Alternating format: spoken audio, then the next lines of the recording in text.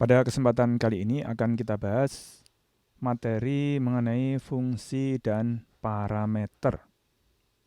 Agak panjang durasi pembahasan ini, kurang lebih sekitar 45 menit yang akan kita bagi menjadi 3 bagian.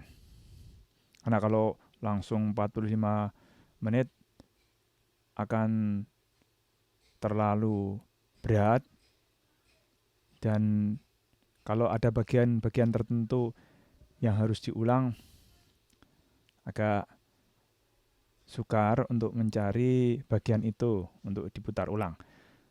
Nah, kalau hanya 15 menit, saya kira cukup mudah untuk mencari kembali bagian-bagian yang perlu diulang lagi jika dibutuhkan. Bagian yang pertama ini akan membahas asal mula konsep fungsi dalam pemrograman. Ini berasal dari dunia matematika. Di sana sudah ada fungsi matematis yang seharusnya sudah dikenal sejak sekolah menengah pertama.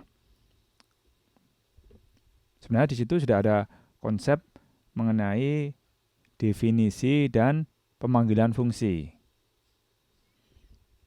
Di dalam definisi sendiri ada nama dan parameter fungsi. Tapi bisa jadi walaupun sudah dibahas sejak zaman sekolah menengah pertama, tapi penamaannya mungkin belum seragam. Mungkin yang dikenalkan hanya nama fungsi saja, sementara apa yang ada di dalam kurung dalam fungsi matematis itu belum disebut dengan nama tertentu. Nah, nanti akan kita bahas di bagian yang pertama dari video ini. Kemudian bagian yang kedua, ini sebenarnya inti dari materi ini, yaitu bagaimana bentuk diagram alir dan bentuk program dalam Python dari definisi fungsi dan pemanggilnya.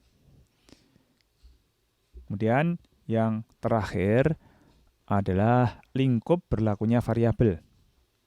Ya, di situ karena sudah ada bagian yang lebih kecil dari program, yaitu bagian definisi fungsi, berarti ada bagian yang lokal. Sementara yang di luarnya adalah bagian global.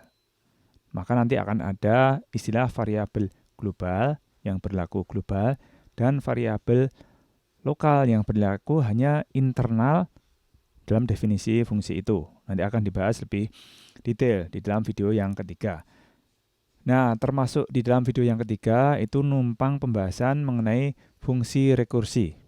Sebenarnya sih fungsi rekursi atau tidak itu tidak begitu berbeda, karena hanya menyangkut fungsi mana yang dipanggil. Fungsi bisa memanggil fungsi yang lain. Nah, ternyata fungsi juga bisa memanggil dirinya sendiri. Itulah namanya fungsi rekursif. Baiklah, kita ikuti satu demi satu dari keseluruhan 45 menit video pembahasan fungsi dan parameter ini.